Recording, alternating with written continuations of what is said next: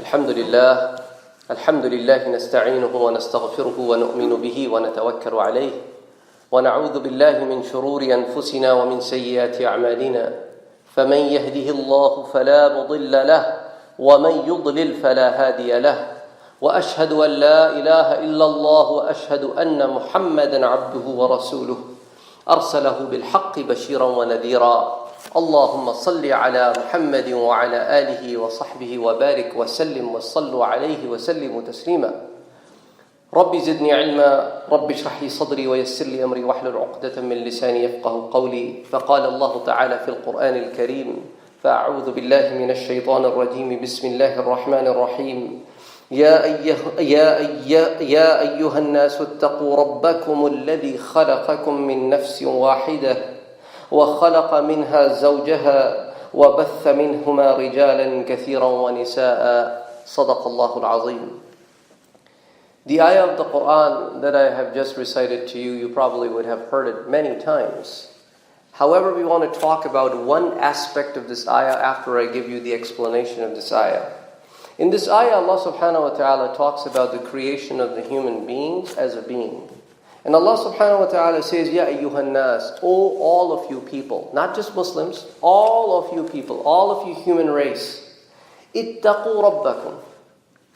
Have this God consciousness in your heart for who? Rabbakum, the one who is all of your Rabbs, the Rabb of all of you. Alladhi khalaqakum, the one who created you. Min nafsin wahidatin, from a single being. Or scientifically speaking, some people say from a single cell. And then they go into the breakdown of the cell organisms and stuff like that. Well, that's not our topic for the day. Then, from that one being that we know by the name of Adam alayhi salam, وَخَلَقَ مِنْهَا, from Adam alayhi salam created zawjaha, his wife. So from Adam created his wife. From the single cell, the life began, and then a spouse was created. وَبَثَّ مِنْهُمَا, now from both of them we took out what? رِجَالًا كَثِيرًا وَنِسَاءً, many men and many women. So all of you are the byproduct of two individuals who are by the name of Adam alayhi salam and Hawa alayhi salam. So this particular ayah gives you an aspect of what we call scientific knowledge. Another aspect could be how you all started over here. Another aspect could be the living organism cells and the reproductivity. Then there is another aspect that I want to talk about, which is not scientific. Allah subhanahu wa ta'ala is trying to tell you that we have given you a principle of a family system. We gave you a principle of a family system. So a man comes in contact with the spouse, the wife, they get married, and the institution of marriage is established, and from there your offspring start. And this process goes on and on and on, and has been going on and on and on. Now let's look at, from the Quran itself, from the life of the prophets, that how much emphasis is there on the family. Allah subhanahu wa ta'ala talks about a lot of family members of the prophets. Well, if the idea was to only talk about their message, then their name should not also have been mentioned. But again, this is the Quran. There are more than one angles of the same idea. Let's look at Adam alayhi salam. He started his life over here on the planet Earth. Allah subhanahu wa ta'ala, in a very, very beginning time, gave him a challenge between his own sons. Habil and Qabil. Habil, the good one, the Qabil is an arrogant, angry young man. Does not want to listen to no. He doesn't want to control his anger. Adam alayhi salam is trying his level best to produce some kind of reconciliation between the two kids, but Qabil is not giving in. But as a father, he's trying his level best. So he tells, okay, let's do this. Let's make Allah judge between both of you. So why don't each of you sacrifice something? Whoever's sacrifice is accepted, that person has succeeded, and the other should accept that he has lost. So Habil brought the best of the best, and Qabil brought the worst of the worst to be sacrificed. Now in those days, since there were no poor people that you could give out your donations to, therefore the way of the sacrifice was that you would put your sacrifice on a mountain, And some kind of thing, a fire would come from the heavens, from the sky, and would burn it. If it burns it, that means it's accepted. If it doesn't burn it, it is not accepted. So the Habil's was accepted, and Qabil's was rejected because he picked the worst of the worst item to be brought for sacrifice. So now he got all mad, and he killed his own brother. And he disturbed the whole family harmony. He had to run away, save his life, start something else out of the sight of Adam alayhi salam, away from him. A lot of the evil rooted there, and over the period of time, a lot of chaos was produced, which was controlled by Shish alayhi salam, another son of Adam alayhi salam in the time to come. So Allah subhanahu wa ta'ala tells us this one little story right in the beginning, that yes, there was a rift between the family. It was not 100% harmonized. This is world. Things happen. Things happen up and down. The graph goes up and down. Sometimes everything is great. Sometimes everything is not great. Sometimes it's right in the middle. So here in this particular story, Allah subhanahu wa ta'ala talks about one family. Coming down the order, Nuh alayhi salam. Nuh alayhi salam, the prophet and the messenger of Allah subhanahu wa ta'ala, asking people, stop worshipping idols, calling people to Islam. A handful of people accept Islam, and one of his own son rejects Islam. One of his own sons. He rejects Islam. Quran says, no, I don't want to listen to you. I don't want to accept Islam. And then there comes a time when there's a test in the turbulence. And Allah subhanahu wa ta'ala calls the flood. And everybody who is believing is sitting in the ship. And the ship is sailing. And Nuh alayhi salam looks at his son, who is right now swimming, but he knows, Allah subhanahu wa ta'ala said, anybody who is right now swimming will not live to see the next day. So he's calling upon himself, come on, ride with us. And he said, no, don't worry about me, Dad. His arrogance creeps in. Remember the Qabil, the arrogance creeps in? His arrogance creeps in. And he said, no, don't worry about it. I know, I'm a good swimmer. I can swim. Don't worry about it. You see that mountain, Dad? I'll swim and I'm going to climb up that mountain and I'll be saved. And the dad, even at that moment, is saying, no, don't think like that. There is no saver today. La asim, there is no saver today. Come and ride with us. He said, no, don't worry about it. فَحَالَ بَيْنَهُمَا الْمَوْجِ. And then a big tide came in between the two, and he was gone. In his own eyes, in front of his own eyes, his son is gone. And then, out of the emotions, he said, Allah, Ya Allah, this was my son. And Allah said, no, he was not your son. He was not from your ahl. Because the chapter is now closed.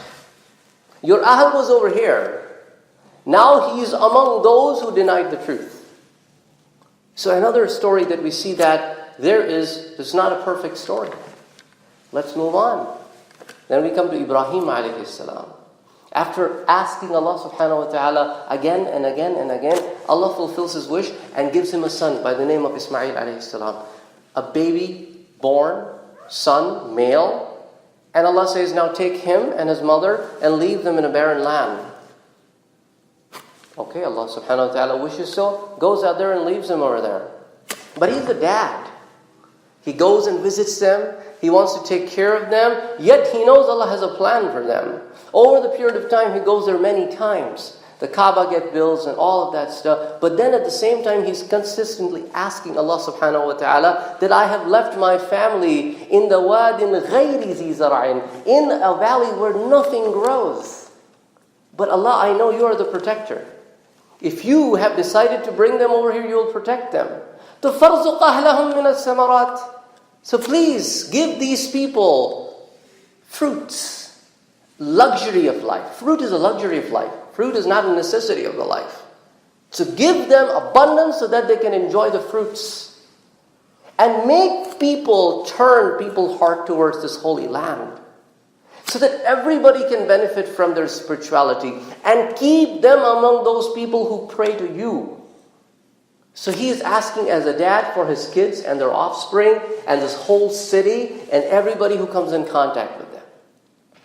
Then down where he actually resides. One day he's sitting out of a blue. 3 men shows up in his camp. He brings food for them. They refuse to eat. And he's getting scared and say, no, don't be afraid of us. We're angels of Allah subhanahu wa ta'ala sent towards your nephew Lut. So now here we see an uncle and nephew, they're both prophets. In the same family, Allah make two people prophets. Allahu Akbar. And now he said, okay, but why three of you? He said, we have come here to give you a good tiding. And the good tiding is not just of a son. Yes, you will have a son. You should name him Isaac. But also he will have a son, and he must be named Jacob, Yaqub alayhi salam. So now giving him tidings of two prophets, one in a row. One other prophet is in Makkah, Ismail alayhi salam. New prophet given to him. And this new prophet is coming with a good tiding that even his son will be a prophet. Subhanallah. So Allah is building these ideas of family. But these are prophets, special people. But they at the same time also have feelings. They were human beings. So we looked at the two stories of Adam alayhi salam and Nuh alayhi salam. This is Ibrahim alayhi salam. Ibrahim alayhi salam growing up as a young man, his dad was extremely nice to him, but as he expressed his idea on the oneness of God, the same dad who loved him dearly rejected him. To an extent that he said, Ibrahim, if you don't stop, I'll stone you to death. This is the guy, when he becomes a father, he doesn't want to repeat what he went through as a child. So he's extremely compassionate towards his kids, even though they're far apart from each other. Ismail alayhi salam is hundreds of miles away from Ibrahim alayhi salam, yet he visits him, grooms him, and establishes a relationship with him. So now, Yaqub alayhi salam becomes a father of 10 boys. Another family starts, 10 boys. But now here's another challenge. The first 10, 12 boys, becomes a total of 12 boys. The first 10 boys come from one mom, the next 2 come from another mom. So the first 10 who are elder, they don't like the younger ones. To an extent, they want to get rid of the younger ones. And this is where the Yusuf alayhi salam story starts. So Yusuf alayhi salam, growing as a young boy, what does he faces? He faces in his home bullying from his own brothers, who do not let a single moment go and not bully him. So the kids, God forbid, who may face bullying moments in school. Now imagine, or if you've heard of bullying moments in school, imagine this kid is growing up getting bullied at home by 10 people. Not one. And they're all older than him. To an extent that they want to get rid of him. And they tried their level best to get rid of him. And here starts another challenge for Yaqub alayhi salam. The son that he loves the most, the other sons are bringing the news that he has been eaten up by the wolf. And he knows that they're telling a lie. But Allah has a plan. Allah takes the son over someplace else, which is a big kingdom of Egypt, and makes him a noble man. He sits next to the king. And these brothers who were bullying him as a child now are standing in his court as beggars, asking for food. But he, being a noble man, he respects family. He doesn't want to bully them and ridicule them as they did to him. So he respects the familyhood. So he gives them protection, he gives them food. And now he wants to see his 11th brother, the younger one, Benjamin. So he asked, okay, bring that brother with me. You know I'm a very just guy. So they bring him over. And now he executes a plan so that the dad could also be pulled over.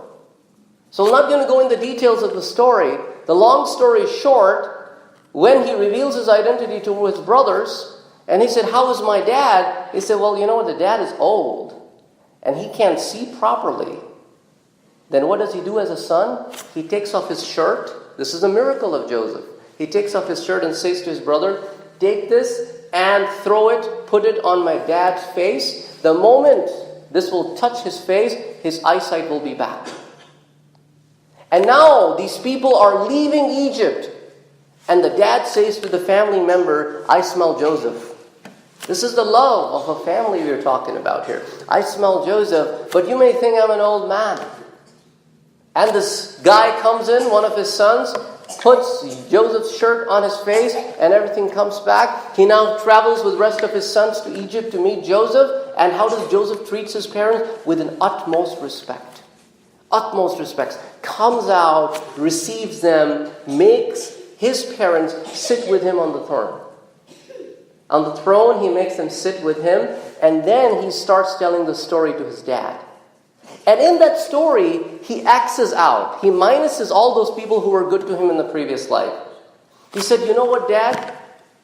the Satan came between me and my brothers.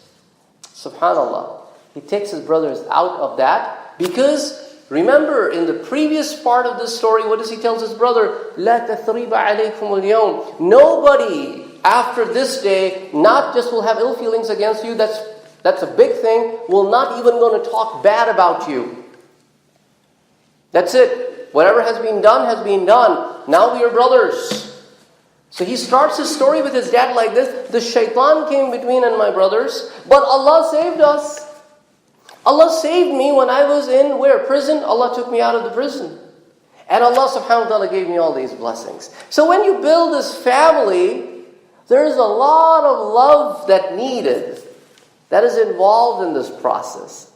This binding doesn't happen otherwise. So you look at these stories after stories after stories. Look at the story of Musa alayhi salam. Mom is extremely worried, even though Allah subhanahu wa ta'ala has revealed to us that put him in a box. Put the box in the water. Let the water take him to my enemy. My enemy will take him. That will be his enemy as well. But this enemy will take care of him. You don't have to worry about it. But what does she do? She asks her daughter, why don't you go and run on the land alongside this little box which carries Moses and make sure if he reaches safely? That's feelings. That's emotions. That's love. That's family. And then what does his sister do? She goes inside, she's checking on Moses, and she realized that Moses is not taking the nurse and feed from any other woman, so she presents an idea, because to her this is the brother, but she can't reveal. Because the Fir'aun will kill him. Because the Fir'aun has ordered to kill every male-born child in the children of Israel. So he goes out, she expresses an idea that, you know what, I know of a woman who is what? Who has good heart, and she is good towards the Pharaoh of Egypt, and she may probably take care of this child. Let's give it a try. And the try was successful because Allah subhanahu wa ta'ala planned it so that the Moses can come back to his mom, can come back to his family, yet hiding his identity. So maintaining the love factor there. So when Moses grows up and becomes a prophet, then Allah subhanahu wa ta'ala says, Moses, okay, go and now you got to confront who? The Fir'aun of your time. And Moses said, Ya Allah, I have some shortcomings. Please help me overcome those shortcomings and please grant me waziran min ahli. Grant me a minister from where? From my own family. Among all children of Israel, who does he choose? His own brother Aaron. Min ahli, Harun akhi, my brother Aaron, my brother Harun. So this is how the family thinks about each other. Over the period of time, we notice when it comes to the birth of Mary, the mom of Isa alayhi salam, we notice that her mom was getting all worried that how can a girl sustain in a temple? It's unheard of. It's usually the guys or the boys who are sent out to the temple to serve God. But since she made a wish and she wanted it to be true, she prayed to Allah, whoever is born, because she was hoping it will be a boy, I will going to make this individual serve you in the temple. And who Allah subhanahu wa ta'ala picked to serve Mary? The husband of her maternal aunt. Family, extended family kicks in. So family support and family system is very, very important there. When Maryam alayhi salam had to present his son to the society, Allah subhanahu wa ta'ala said, you don't worry about it. Your son will speak on his behalf as a child. But she was worried. How will I going to present him? I am not worried about myself, but I do not want my son to live with something that he is not responsible for. But Allah said, you don't have to worry about it. We brought him in, we will take care of him. And we see the same behavior of love for the family from the Prophet Muhammad sallallahu alaihi wasallam. His love for his kids, his love for his grandkids, his love for his in-laws, his love for his uncle, his love for his cousins. There's a hadith after hadith after hadith filled.